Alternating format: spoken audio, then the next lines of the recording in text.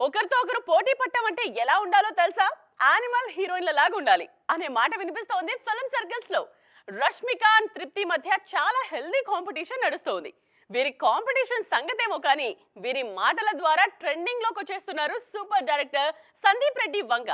Pushpa cinema release అయి 1500 కోట్లు దాటి బాక్సాఫీస్ దగ్గర ట్రెమెండస్ గా పర్ఫామ్ చేస్తోంది.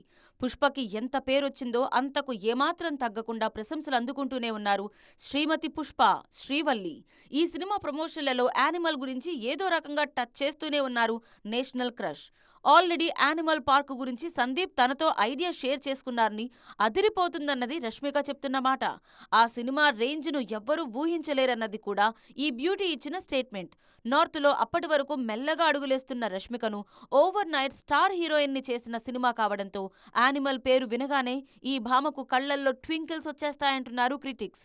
యానిమల్ విషయంలో రష్మిక మాత్రమే కాదు, తృప్తి దిమ్రి కూడా ఇలాగే బిహేవ్ చేస్తారు. కాళ్లల్లో భారం, వాపు లేదా అల్సర్ తో బాధపడుతున్నారా? ఇవి వెరికోస్ వెయిన్స్ లక్షణాలే. భారతదేశంలో number 1 varicose veins hospital Avis ను సంప్రదించండి. ఇప్పుడే మీ అపాయింట్మెంట్ ను బుక్ చేసుకోండి.